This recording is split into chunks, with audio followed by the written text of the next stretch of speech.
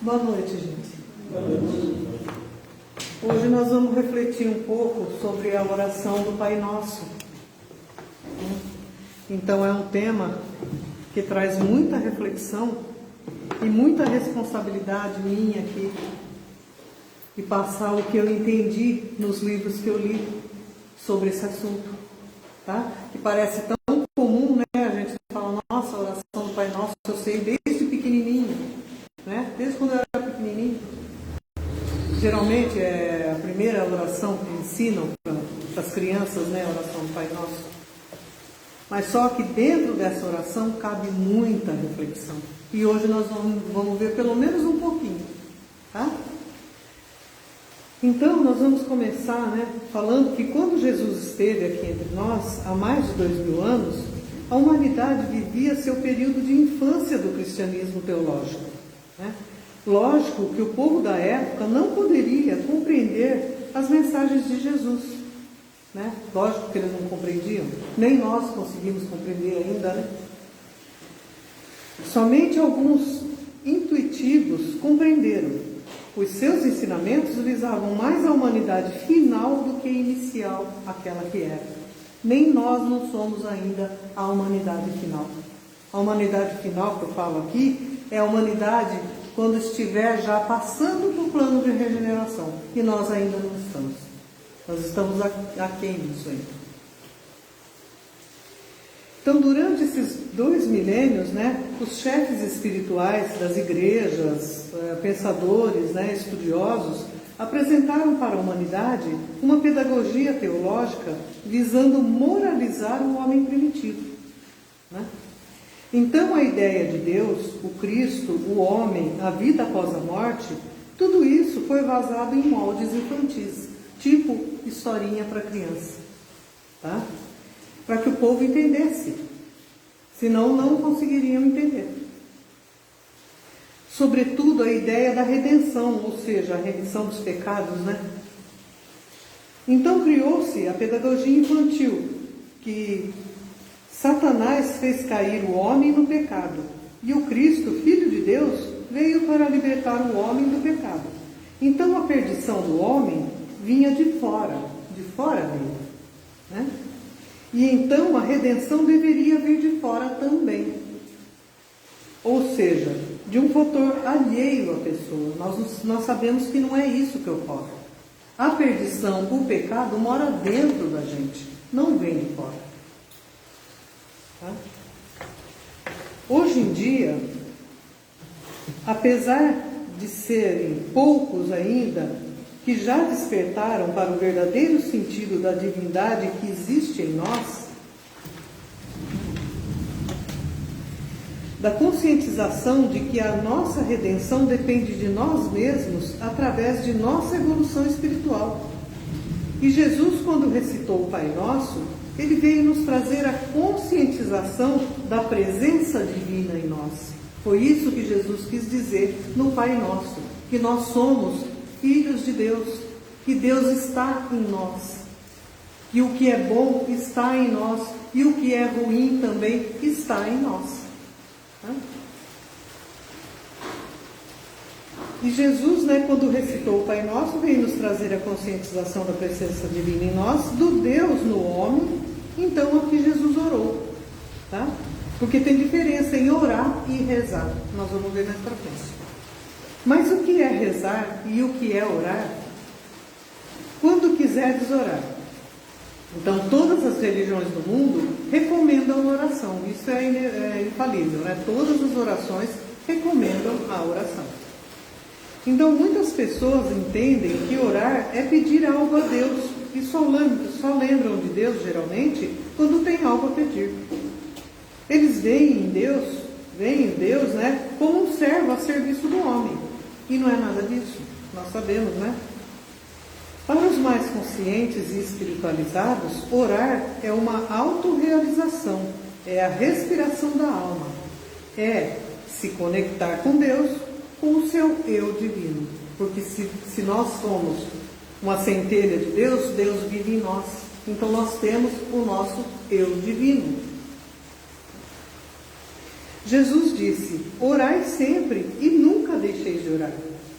Como se dissesse, respirai sempre, e nunca deixais de respirar. Pois sem respirar não se vive. E a analogia é a mesma. Sem orar não se vive. Não rezar, estou falando orar.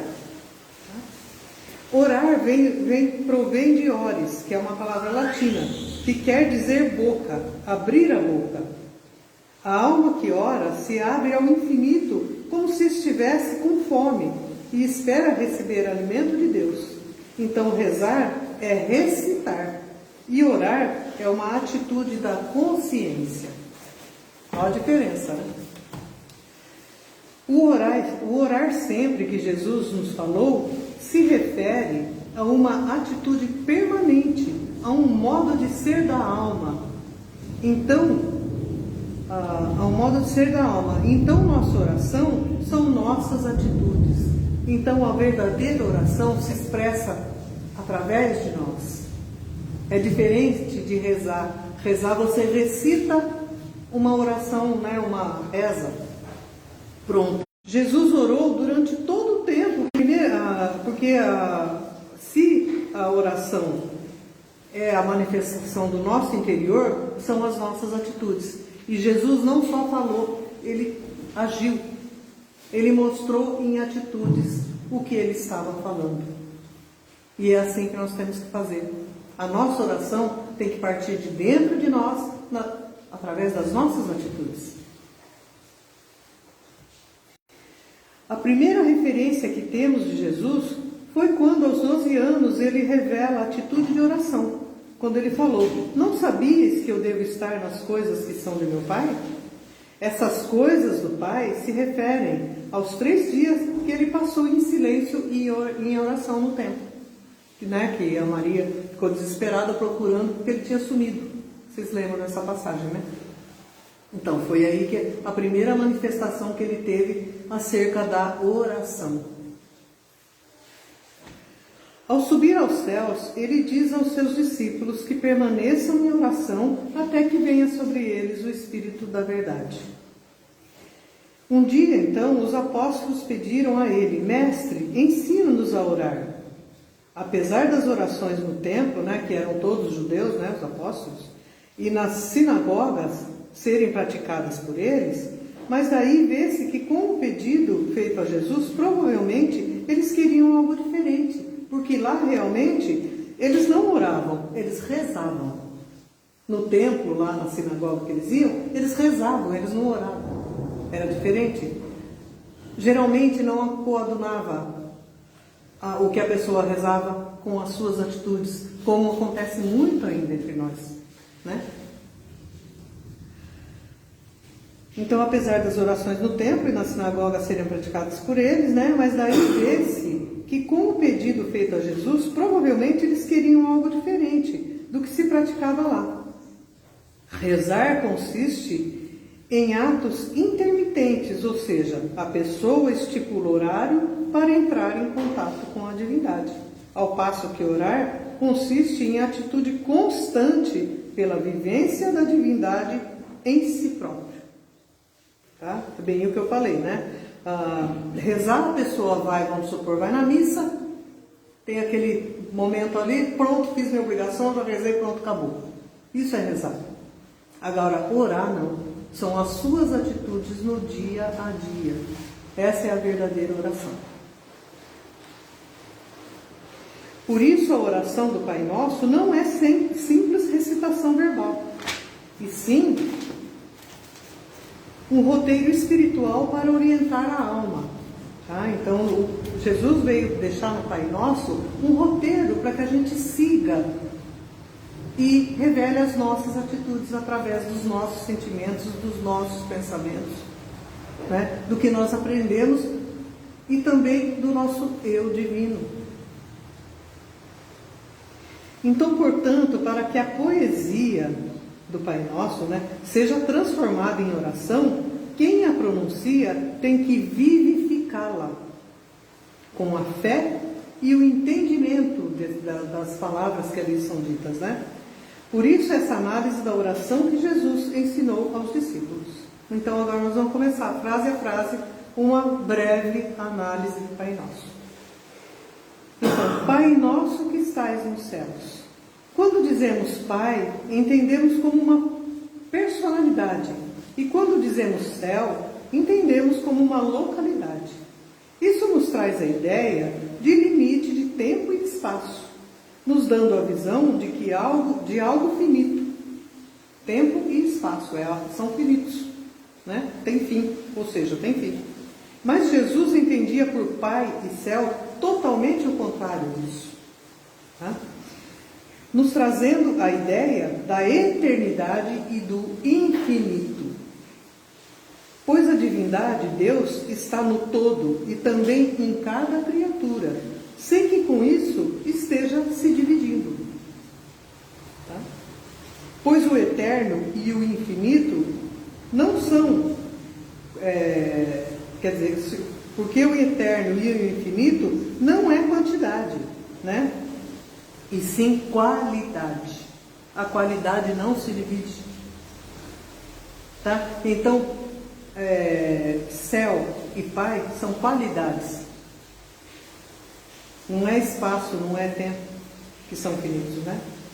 Pai não é pessoa e céu não é lugar, pois ambos são limitados. Quando dizemos Pai que está nos céus, reconhecemos sua presença em nós e abrimos as portas da alma para que Ele possa entrar por nossa vontade em nossa consciência. É esse o pedido que é feito no Pai, né? Que estás nos céus. É o Pai que mora Ele é o universo todo. E Ele é também, Ele está dentro de nós. Ele é o universo todo, Ele é tudo que existe, Criador do universo, e Ele está em cada criatura dele, em nós. Né? E Ele, para isso, Ele não precisa se dividir, porque Ele é onipotente. Né? Então, essa permissão, né, do Pai estar em nós, né, nós manifestarmos a bondade de Deus, isso daí é o livre-arbítrio que Deus nos deu. Vocês vão entender um pouquinho mais para frente o que eu estou falando. Então, pela nossa consciência, nós pedimos, Pai dos céus, que me revelas o teu poder e amor, e eu poder escolher-te através do meu livre-arbítrio, e o faço não porque devo, e sim porque quero. Não por receio de castigo ou por esperar um prêmio, mas por amor a ti. Então, aqui o que está nos dizendo é que nós, para amar a Deus, nós não precisamos temer a Deus, como as religiões dizem. Eu sou temente a Deus. Não precisa, gente. Para que temer a Deus? Não tem necessidade disso. Ele está em nós, Ele está dentro de nós. Né? Pai, santificado seja o teu nome. Antes de explicar essa parte, temos que ter a consciência de que, por mais que tentemos explicar, entender o sentido das palavras que Jesus usou na oração do Pai Nosso, nós ainda não conseguimos entender com a abrangência que Jesus orou. Nós ainda não temos capacidade de entender tudo que Jesus quis dizer na oração. Tá? Mas nós vamos procurar chegar o mais perto possível, né? Pois ainda nos falta o entendimento, né, o aprendizado necessário para isso. Tá? Mas vamos nos esforçar para chegar o mais perto possível da verdade que Jesus quis nos passar nessa oração. Então, o que é o nome de Deus? Na Bíblia, nome significa manifestação externa da existência interna de um ser. Tá? Então é isso que está escrito na Bíblia, o que quer dizer nome. É a manifestação externa, somos nós, né? Nosso corpo, da nossa essência interna, seria o nome. Ao filho de Maria, né, Jesus, foi imposto o nome de Jesus, foi imposto. O anjo veio, anunciou a Maria e falou que chamaria Jesus, né? Ou Jeshua, né, em hebraico, que quer dizer Deus salvação, ou Redentor divino. Tá? Porque esta era a missão peculiar de Jesus aqui na Terra, né? A função específica deste homem aqui na Terra. Tá? Então o seu nome foi uma revelação externa da sua natureza interna. Nós ainda não conseguimos dar para os nossos filhos o nome verdadeiro do Espírito, porque nós desconhecemos a essência do Espírito que vem ali como nosso filho. Então nós damos um nome que nós achamos bonito. Mas na verdade, o nome representa o que é o Espírito. A missão dele aqui na Terra. Seria, né? Mas a gente ainda não tem capacidade para isso. Então, segundo a essência, né, que eles trazem por desconhecê-las, né, nós desconhecemos, né, mas quando Deus, por meio de seus mensageiros, dá um nome a um ser, como aconteceu no caso de Jesus, né, este é fidelíssimo e é o reflexo, o retrato da verdadeira natureza desse Espírito.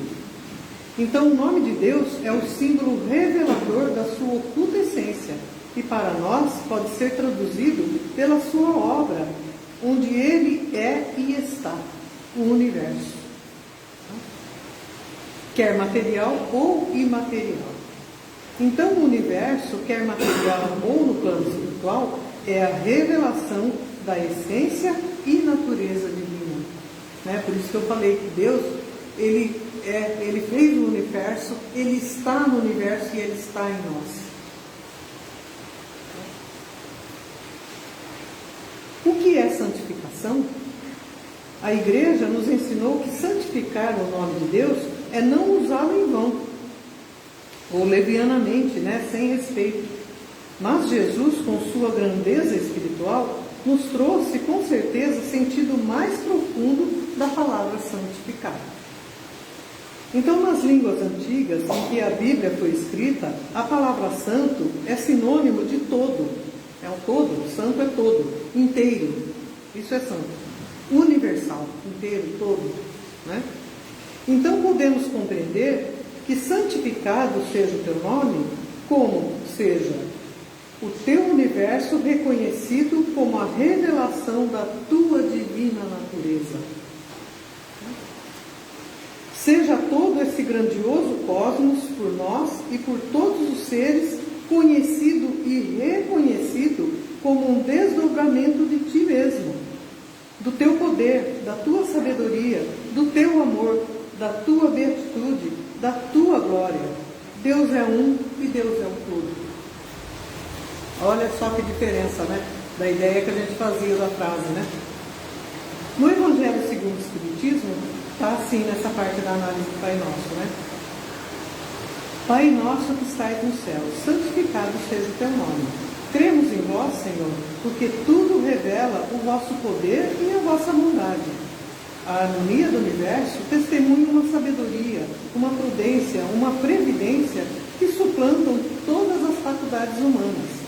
Ingrato e orgulhoso aquele que não vos rende ação de graça e não vos glorifica. Tá? Então é bem condizente com a análise que nós fizemos atrás. Né? Pai, venha o teu reino, a outra parte, né? Que venha o teu reino. A mensagem central dos ensinamentos de Jesus gira em torno do reino de Deus entre nós. Jesus sempre quando veio aqui, o que ele veio nos mostrar? O reino de Deus entre nós, né? Mas mais importante não é o reino de Deus entre nós, e sim o reino de Deus dentro de nós. Né? O mais importante é o reino de Deus dentro de nós. Só que o reino de Deus está dentro de nós, como eu falei, né? Como afirmou Jesus. Então o reino de Deus não virá em algum futuro próximo ou distante, né? Que tem gente que está esperando a terra prometida, o reino de Deus. Ele já está aqui, ele está dentro de nós, né? Ele já está. O reino de Deus que pedimos ao do Pai Nosso é que a nossa vontade humana venha a coincidir tão perfeitamente com a vontade divina que resulte em perfeita harmonia das duas vontades, tanto a vontade de Deus quanto a nossa vontade. Olha a diferença do entendimento dessa frase, né? Está entendendo? Está dando para entender? Isso é filosofia, viu, gente? Assim como já acontece com os seres que habitam as esferas superiores, que nós chamamos de mundos felizes, né, os que estão lá em cima, a ideia do reino remete à sociedade, né? A ideia de reino remete à sociedade. Então, eu digo que esse entendimento dessa frase que eu falei anteriormente aqui, quem tem esse entendimento perfeito e realmente age nesse sentido são os que habitam os mundos superiores, são os mundos felizes, os espíritos já perfeitos, né, que a gente chama de espírito perfeito, que a graduação que a gente conhece aqui é a mais alta. Tá? Seriam os mundos de luz, né? Então a ideia de reino remete sempre à sociedade, porque um reino é uma sociedade. Né? Então nós podemos achar antagônico a ideia de reino habitar dentro de nós. Né? Mas devemos pensar que uma sociedade onde todos já possuem o reino de Deus dentro de si, né? Este reino de Deus se expandirá, formando a grande família de Deus. Tá? É isso que acontece nos mundos superiores. Tá? As leis divinas são a mais alta significação e demonstração do amor. E Jesus veio nos ensinar esse amor, porque Ele veio nos trazer as leis divinas. Jesus veio e nos ensinou esse amor e também o exemplificou. E vocês já pararam para pensar que amor é algo que não se pode ser cobrado, apenas doado? Nós não podemos cobrar amor de ninguém, nem do marido, nem do filho, nem da mulher, nem do pai, nem da mãe. Nós não podemos cobrar amor. Amor é uma condição de sentimento que é só para doar, não para pedir. O reino de Deus, e vocês já pararam para pensar, né, que só pode ser doado. Então quem reclama direitos professa egoísmo. Né? Porque quem reclama algum direito está pensando em si. Então é um egoísmo, está manifestando egoísmo. O reino de Deus não tem direitos a reclamar, só tem deveres a cumprir. O dever de dar, de doar-se, pois quem doa é rico, porque possui. E quem recebe é pobre, porque não possuindo, ainda precisa pedir. Né? É a ideia contrária do materialismo. Né? Uma sociedade espiritualizada vai ser aquela que viverá a espontânea e ilimitada vontade de doar, de servir, né? De se exaurir e se imolar por seus semelhantes, de fazer tudo por todos. Essa é a verdadeira sociedade evoluída. Isso nós encontramos nos mundos felizes. A Terra ainda não está. Né? E esse foi o exemplo que Jesus nos trouxe. Ele nunca pediu nada. Ele só se doou os seus ensinamentos, o seu entendimento e o seu amor para a humanidade toda. No Evangelho segundo o Espiritismo, no 3º parágrafo, está escrito, né, em relação a esse tema: ninguém pode pretextar ignorância de vossas leis, porque em vossa providência paternal quiseste que elas fossem gravadas na consciência de cada um. Né? Se nós somos centelhas divinas, nós temos Deus dentro de nós, então temos as suas leis gravadas em nós. Né? Sem distinção, na consciência de cada um, né? Sem distinção de culto, nem de nações. Aqueles que a violam é porque vos desconhecem. Dia virá em que, segundo a vossa promessa, todos as praticarão. Então a incredulidade terá desaparecido. Todos vos reconhecerão por soberano Senhor de todas as coisas. E o reino de vossas leis será o vosso reino na terra. Dignai-vos, Senhor, apressar o seu advento, dando aos homens a luz necessária para conduzi-los ao caminho da verdade. Então foi isso que disse no Evangelho segundo o Espiritismo sobre o que nós temos, né? Agora outra frase: seja feita a tua vontade na terra como nos céus. Então, nessa petição, parece-nos que a humanidade não mostra a possibilidade do cumprimento da vontade de Deus pelos homens. né? Porque está pedindo. Mas sabemos que a vontade de Deus sempre é cumprida, sempre. Em algum tempo, né? Pois vivemos sob o imperativo das suas divinas leis. Então, independente do que a gente queira ou faça, a vontade de Deus sempre é cumprida, sempre. Existe uma crença que a vontade de Deus tenha sido sempre frustrada pelos homens, a começar pela revolta dos anjos, onde foi criado o personagem do mal, o Satanás, né? Onde a humanidade colocou esse anjo revoltado como o inimigo de Deus, e que arrasta a humanidade, que é, sem querer, a divina criação de Deus, sob o seu império antidivino. Isso daí é o que a gente conhece, né? O que é escrito até na Bíblia. Mas vocês vejam as histórias de criança contadas na Bíblia, né? E foi feito assim, a gente sabe, né? Por causa do nível de entendimento das pessoas da época, né? Então, mediante esse quadro, temos a impressão que Deus teve suas expectativas em relação à humanidade que Ele criou sempre derrotadas. E que o livre-arbítrio que Deus nos concedeu foi usado pelo inimigo para distanciar os homens do reino de Deus. É essa a impressão que a gente tem. Está sempre lá o Satanás nos atentando para que a gente saia. Que Deus permite que Satanás nos atente para que a gente saia, né, da vontade de participar realmente do reino de Deus. E isso não é verdade, gente. Não é mesmo. Tá? Por quê? Porque Deus, Ele é onipotente, Ele é criador do universo. Ele não criaria um ser antidivino para disputar com Ele em cima dos homens, né? Que é a criação de Deus. Por que Ele faria isso? A troco de quê? Né? Não tem nexo. Então essa crença colocou Satanás em pé de igualdade sobre o poder de ação sobre a humanidade, né, com Deus. Não tem cabimento um negócio desse, né? Então, mas na realidade, Deus nunca foi derrotado em nenhum de seus planos. Nunca. E jamais o será. Posto que se fosse derrotado, mesmo que uma vez só, ele deixaria de ser Deus. Certo? É só pensar assim. Então o foco aqui não é cumprir ou não a vontade de Deus, pois a vontade de Deus sempre será cumprida.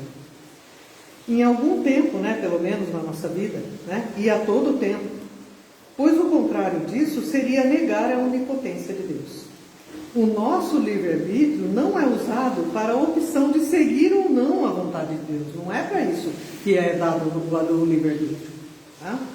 E sim, na escolha entre o cumprimento gozoso, né, você fazer por vontade própria, usar esse livre-arbítrio a seu favor, fazendo as vontades de Deus, ou pelo cumprimento doloso. Então é aquela velha frase: se não vem pelo amor, vem pela dor, mas sempre virá. Então nós sempre vamos cumprir a vontade de Deus. Não está nas nossas mãos decidir se nós vamos cumprir ou não a vontade de Deus. Nós vamos cumprir. Agora, a gente vai cumprir pelo amor ou pela dor? A opção é nossa. Né? No Evangelho segundo o Espiritismo está assim: seja feita a vossa vontade na terra como no céu. Se a submissão é um dever do filho em relação ao pai, do inferior para com o superior, quanto não deve ser maior a da criatura com relação ao seu Criador? Fazer a vossa vontade, Senhor, é observar as vossas leis e se submeter sem murmurar aos vossos decretos divinos. O homem a isso se submeterá quando compreender que sois a fonte de toda a sabedoria e que sem vós ele nada pode. Então fará a vossa vontade na terra como os eleitos a fazem no céu, como os espíritos puros já a fazem no céu. Certo? Agora, o pão nosso de cada dia nos dá hoje. Pai, dá-nos hoje tudo o que é conforme a nossa natureza humana. É isso, não é o pão de farinha de trigo. Certo? Então, Pai, dá-nos hoje tudo o que que é conforme a nossa natureza humana. É tudo que nós necessitamos para vivermos na Terra como espíritos encarnados. É isso que está pedindo aqui. Pois aqui, pão significa tudo aquilo que serve e que é necessário para a nossa natureza humana, tendo assim um sentido muito mais vasto do que o pão feito de farinha, né? O alimento do corpo só. Aqui, o sentido da frase diz muito mais do que podemos enxergar com uma análise superficial. Sabemos pelos textos bíblicos que Jesus tinha total controle sobre a matéria. Presta bem atenção aqui, gente. Incluindo o seu próprio corpo. Tá? Então, tem muita teoria que diz que o corpo é simplesmente uma veste que a gente usa temporariamente e joga fora. Isso porque a nossa espiritualidade ainda não está evoluída o suficiente para a gente agir sobre a nossa própria matéria e sobre a matéria que nos envolve aqui na Terra. Jesus já tinha, lógico, espírito puro, Jesus, ele já tinha essa evolução e não perdeu, né? Porque ele precisava, ele não tem como perder, as qualidades do espírito estão no espírito. Ele só manifestou o que as pessoas podiam entender. Mas ele mostrou para a gente essa qualidade de usar todo o potencial que ele tinha sobre tudo que envolvia de material. Ele andou sobre as águas. Ele se transfigurou no Tabor. Ele fez vários milagres. Tudo usando a nossa natureza aqui. E ele falou: tudo o que eu faço, vós também podereis fazer e muito mais. Então, quanto mais evoluído é o espírito, mais domínio ele tem sobre a matéria.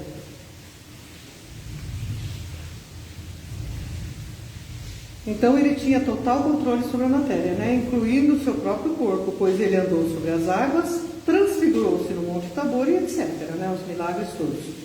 Tendo esse conhecimento, a frase acima da petição de Jesus pode se traduzir como um pedido ao Pai que nos dê a condição de usarmos as benditas leis da natureza, que são as leis divinas, né? Conforme nossa evolução. Assim sabemos usá-las mais e melhor a cada dia. Então, dá-nos que sejamos perfeitamente para sempre o que já somos de um modo imperfeito agora. Então nós pedimos, né? Senhor, dá-nos que sejamos perfeitamente para sempre, porque nós estamos em evolução constante, né? O que nós já somos de um modo imperfeito agora. Tá? Então isso quer dizer que nós temos muito ainda para evoluir e nós vamos evoluir, todos nós. Aqui podemos entender a nossa condição de perfectibilidade, tanto como espírito eterno, como na condição de matéria, no nosso próprio corpo físico. Ou seja, nós sabemos, podemos adquirir a condição de manipularmos a natureza, como Jesus fez, tá? Como os considerados milagres de muitas passagens bíblicas, né, acontecerem. Esse tipo, né? As curas espirituais, gente, é isso aí, é a manipulação dos elementos da natureza. Lógico que a gente conta com a ajuda dos espíritos superiores, porque nós estamos muito ainda imperfeitos nessa parte, tá? Mas vai chegar o dia que nós mesmos vamos poder fazer isso. O que nós chamamos de milagre, uma cura espiritual. Uma cura física, né? Que você vai, uma pessoa com problema físico, vai dar lá um passe e você cura a pessoa. Como os apóstolos faziam na época. Então, para mim, na minha opinião, né? Seria para mim aproveitarmos cada dia mais e melhor a nossa condição de centelha divina. Né? Nos conscientizando dessa condição e aproveitando todas as chances que Deus nos oferece para melhorarmos cada vez mais. Por enquanto, seria almejarmos e nos dedicarmos a chegar à condição de Jesus, pelo menos, né? Quando esteve entre nós há mais de 2000 anos atrás. Então, nós devemos, né, lógico, claro, aproveitar todas as chances que nós temos na nossa melhoria espiritual. Isso daí é interesse nosso, em ser cada dia mais perfeito. É um bem para nós e é um bem para todos que nos rodeiam. No Evangelho segundo o Espiritismo está escrito: dai-nos o alimento para a manutenção das forças do corpo e dai-nos também o alimento espiritual para o desenvolvimento do nosso espírito. Tá?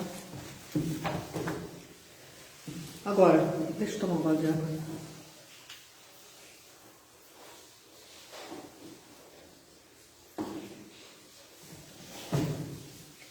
Pai, perdoa-nos as nossas dívidas, assim como nós perdoamos aos nossos devedores. Pode-se traduzir assim: ninguém pode receber mais do que dá. Porque é o dar que cria a capacidade do receber. É o dar que nos capacita a receber. Quanto mais damos, mais recebemos. No plano material, quanto mais damos, mais pobre nós ficamos. Então, a doutrina do materialismo diz assim: se você tem uma riqueza, você tira um pouco dessa riqueza para dar para o outro, você ficou mais pobre, você tirou do teu montante. E o que recebeu, que é o pobre que está pedindo, fica mais rico, porque ele acrescentou ao montante dele. Né? Então, no plano material, quando damos, ficamos mais pobres, pois tiramos do nosso patrimônio e quem recebe se enriquece mais, pois ao seu patrimônio será adicionado, né, o que recebeu. Mas no plano do espírito é exatamente ao contrário. Quem dá aos outros o que tem é enriquecido. E quem se recusa a dar ou até tira dos outros é empobrecido. Deus dá tudo e sempre e nunca recebe nada de ninguém. Tá? Nós não precisamos dar nada a Deus. Não tem necessidade, Ele não precisa de nada. Né? Ele só dá. Ele dá tudo para nós. Pois Ele é a plenitude. Quanto mais divinizado for o homem, tanto mais vontade ele tem de dar o que tem e tanto menos deseja receber. Tá? O perfeito egoísta é um recebedor exclusivo. E o perfeito altruísta é o doador universal. Né? Por isso, o egoísta é sempre a encarnação da indigência. E o altruísta, a personificação da abundância. Tá? Por isso, Jesus disse: mais felicidade há em dar do que em receber. Né? Quanto ao perdoar, devemos saber que mesmo no original grego e nem na tradução latina existe a palavra perdoar. Não existe. Tá? Em grego é afieme, quer dizer desligar, soltar, libertar. Na tradução latina, demittere, é demitir, soltar.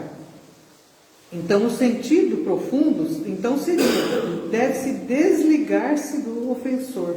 Né? Então, perdoar é um sentido diferente do que a gente entende. Tá? Ou deve ser desligar-se do ofensor, ignorá-lo, não tomar nota, não deve sentir-se ofendido. Então, uma pessoa, para que seja assim, que tenha um entendimento mais evoluído, ela não pode se ofender. Certo? Mesmo que a pessoa vá... O que nos magoa é a nossa expectativa em relação às pessoas. Certo? Por isso a gente se ofende. Mas quando você já ultrapassou esse nível de criar essa expectativa acerca das pessoas, isso não te ofende mais. Pode a pessoa vir falar o que for, você falar: coitado, né? Deixa pra lá. Ou seja, desliga-se, solta. Né? Certos teólogos mandam perdoar a ofensa. Né? Teologia geralmente manda, né? As igrejas, tudo. Mas melhor do que vingar ou perdoar é desligar-se, ultrapassando assim o ego ofendido. É o que eu falei. A exemplo de Gandhi, que pelo fim da vida foi-lhe perguntado se ele havia perdoado as injustiças aos seus inimigos, e ele respondeu que não. Né? Perguntaram para ele: você perdoou quem te prejudicou? Porque o Gandhi foi muito prejudicado, né? Perseguiram muito ele. Né? Aí ele falou que ele não perdoou, né? Porque ninguém tinha Olha o nível de evolução espiritual desse ser. Ele falou, vou perdoar o quê? Ninguém me ofendeu. Né? Tentaram prejudicar ele de toda forma, mas ele conseguiu se safar de tudo, sem se sentir ofendido, magoado, sem precisar perdoar, como a gente entende o perdão. Tá? Então o verdadeiro perdão é você se desligar, você soltar. Tá? Não é você dizer, estou magoado, mas eu perdoo. Isso não é perdoar.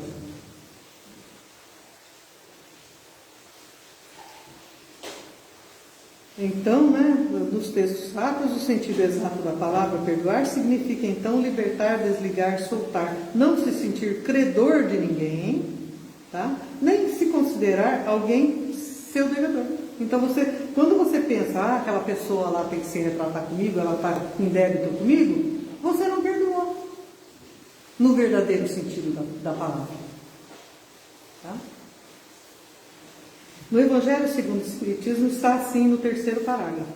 Dai-nos, ó meu Deus, a força para sufocar em nossa alma todo ressentimento, todo ódio e todo rancor. Fazei com que a morte não nos surpreenda com desejo de vingança no coração. Se vos apraz nos retirar hoje mesmo desse mundo, fazei com que possamos nos apresentar a vós puros de toda animosidade, a exemplo do Cristo, cujas últimas palavras foram por seus algozes. Pai, perdoa-lhes, eles não sabem o que fazem. Né?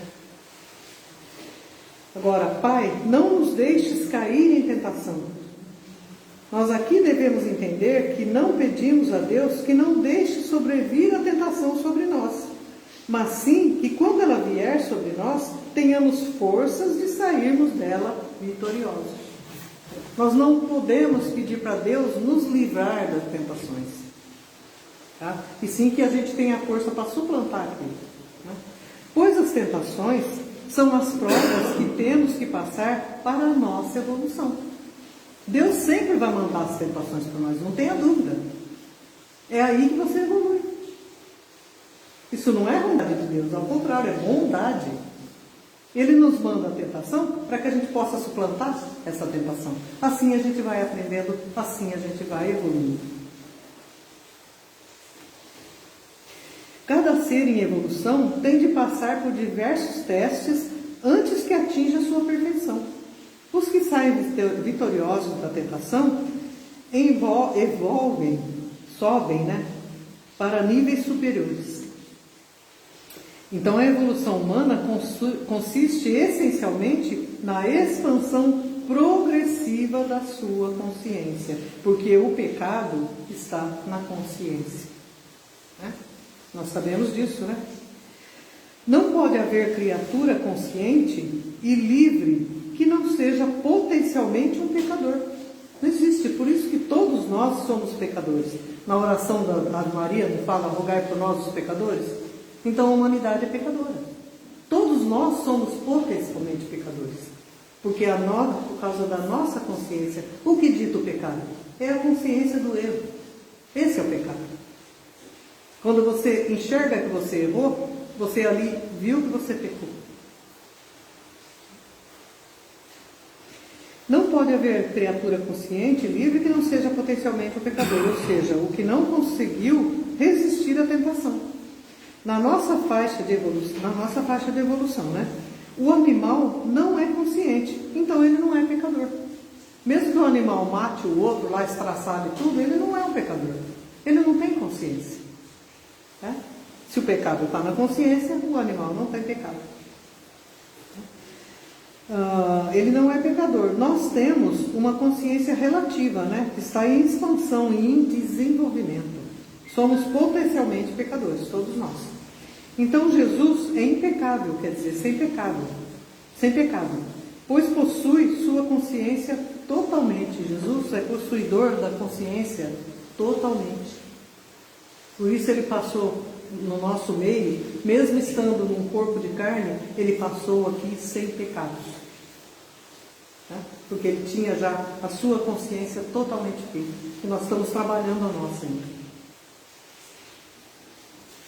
nós ainda temos uma consciência voltada para nós mesmos, uma consciência personal, né? Voltada para o egoísmo. E Jesus, uma consciência universal, revelada no amor, que é possível, né, a todos os homens. Se assim não fosse, que importância teriam para nós o exemplo e a vida de Jesus? Então, se Jesus veio exemplificar o amor entre nós, o reino de Deus dentro de nós, é porque nós somos capazes de atingir essa consciência pura, né? Ou seja, a nossa evolução espiritual. Ele veio nos mostrar o caminho, nos revelando as leis de Deus, as leis divinas, as leis da natureza. Tá? Sigamos os seus exemplos para não cairmos em tentação. Mas livra-nos do mal. Não deixeis cair em tentação, mas livra-nos do mal.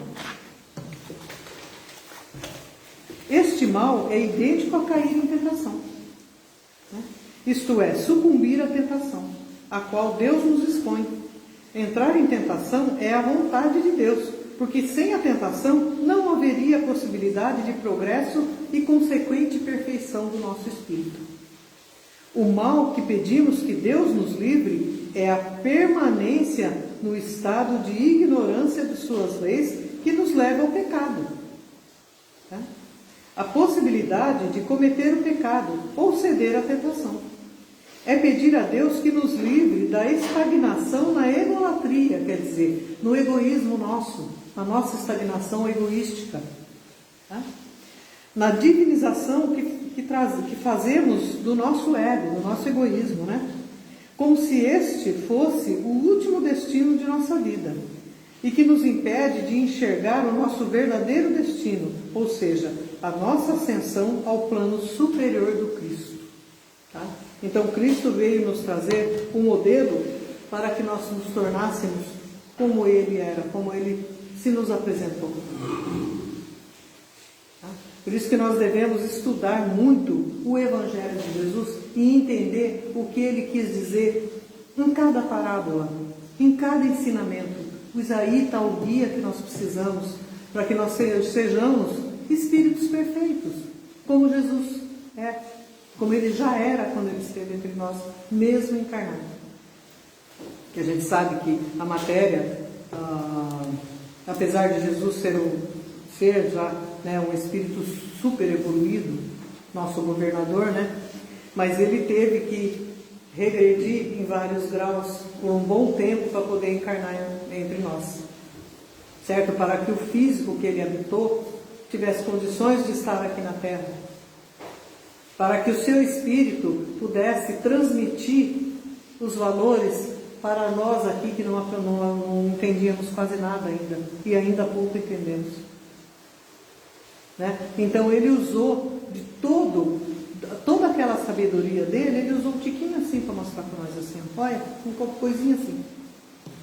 E mesmo assim nós estamos se batendo aí e não estamos, pelo menos, tentando entender o que Ele veio trazer, né, gente? Então vamos nos esforçar por entender a mensagem de Jesus.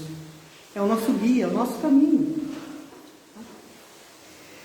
No Evangelho segundo o Espiritismo está escrito assim: não nos abandoneis à tentação, mas livra-nos do mal. Dai-nos, Senhor, a força de resistir às sugestões dos maus espíritos que tentarem nos desviar do caminho do bem e nos inspirando maus pensamentos.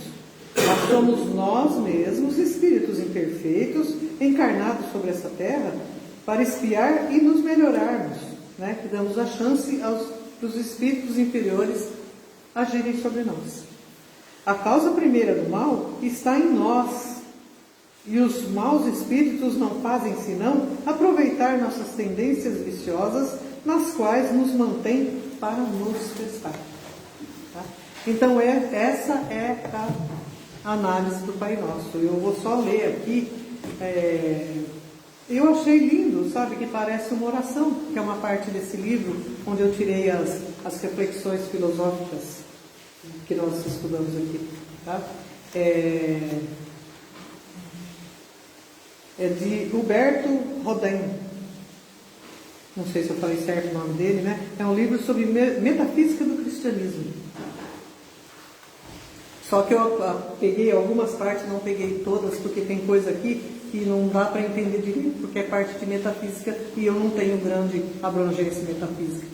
Então eu aproveitei aqui o que dava para a gente entender, o que dava para eu entender, que foi o que eu escrevi aqui, e poder passar para vocês. Eu espero que eu tenha conseguido fazer com que vocês entendessem, né, a essência da mensagem de Jesus. Então eu vou ler aqui, ó. Eu te amo, meu Senhor e meu Deus, meu soberano e meu Pai. Eu te amo de todo o meu coração, de toda a minha alma, de toda a minha mente e com todas as minhas forças. E porque assim te amo, amo também o meu próximo como a mim mesmo. E incluo na vastidão da minha simpatia todos os seres que teu poder produziu. Tua sabedoria governa e teu amor reveste de beleza e felicidade. Não me moves, Senhor, para querer-te, a glória que me tens prometido. Nem me move o inferno tão temido para deixar por isso de ofender-te. Minha alma, em te amar, tanto se esmera, que ainda a faltar o céu eu te amara. E não havendo inferno, eu te temera. Nada por te amar de ti espero. E se ainda o que espero não esperara, o mesmo que te espero, eu te quisera. Pai nosso que estais no céu, santificado seja o teu nome. Venha a nós o teu reino. Seja feita a tua vontade, assim na terra como nos céus. O pão nosso de cada dia nos dá hoje. Perdoa-nos as nossas dívidas, assim como nós perdoamos aos nossos devedores. E não nos deixes cair em tentação, mas livra-nos do mal. Amém. E que assim seja. Então, agora nós podemos fazer essa oração, né, com mais abrangência, com um entendimento melhor do que Jesus quis trazer para nós nessa oração. Tá? A nossa conscientização como ser divino, que nós temos a potência de Deus dentro de nós, que nós tudo podemos, o que nós quisermos nós podemos. Tá? Tudo que nós quisermos nós podemos. E tudo que nós precisamos passar aqui na Terra, sim, é a vontade de Deus. Não é castigo, é prêmio, porque é ensinamento. Tá? Nós precisamos passar por isso. Se você não passa pelo amor, você passa pela dor. Com certeza, muitas passagens nossas, nós resistimos em outras vidas, e mesmo nessa. E por isso nós estamos passando pela dor. Porque nós não quisemos passar pelo amor. Ou seja, pelo entendimento das leis de Deus. Nós precisamos nos esforçar para entender a mensagem de Jesus. Ela é a luz que nos guia. É o nosso propósito aqui na Terra. É a nossa evolução. E Jesus, abençoado, nosso Mestre querido, veio nos trazer esse guia, que tanto nós precisamos. Por que ele veio fazer isso? Por amor a nós. Como assim é o amor de Deus por nós, nosso Criador e Pai. Tá? Então, se nós não nos esforçarmos para entender, para praticar o que Jesus veio nos trazer, nós estamos sendo muito ingratos para com Ele e para com Deus. Tá? Pensemos nisso, gente. Tá bom? Alguém quer fazer alguma observação? Quer falar alguma coisa? Perguntar alguma coisa? Se eu souber responder. Tudo que eu escrevi aqui foi o que eu li desse livro e entendi, e mais o do Evangelho. É meu entendimento, né? Então, se vocês quiserem fazer alguma observação. Então, vamos agradecer ao nosso Pai de amor e misericórdia pela bênção dos ensinamentos que Jesus nos trouxe, o nosso guia, pela bênção do amor de Jesus sobre nós, e que nós observemos as suas leis de amor, principalmente a lei de ama ao teu próximo como a ti mesmo. Enxerga o teu próximo como você enxerga a ti próprio. Dê ao teu próximo o que você quer receber. Orienta o teu próximo próximo como você pede orientação a Deus. Faça tudo ao teu próximo como você quer que Deus faça para você. É isso o pedido de Deus. É isso que Jesus veio trazer para nós, para que nós nos amemos, para que nós possamos nos instruir, para cada vez mais entender a abrangência do amor de Deus por nós e da dedicação de Jesus por nós também. Então que nós saibamos aproveitar essa chance valorosa que nós temos nas mãos, do aprendizado, da prática do amor verdadeiro, do amor desinteressado, do amor que pode doar sem pedir para receber, simplesmente pelo bem, pelo prazer de doar. Que Jesus nos ampare em todos os nossos intuitos, em todos os nossos desejos no bem, e que sejamos cada vez mais, que nós possamos dar abertura cada vez mais para que os espíritos bons, os espíritos puros, possam nos influenciar no bem e cada vez mais nós possamos estar trilhando essa estrada que Jesus deixou aberta para nós. Que a paz e o amor de Jesus possam seguir com todos, agora e sempre, Senhor. Obrigada, Pai. Obrigada, Jesus. Que assim seja. Graças a Deus.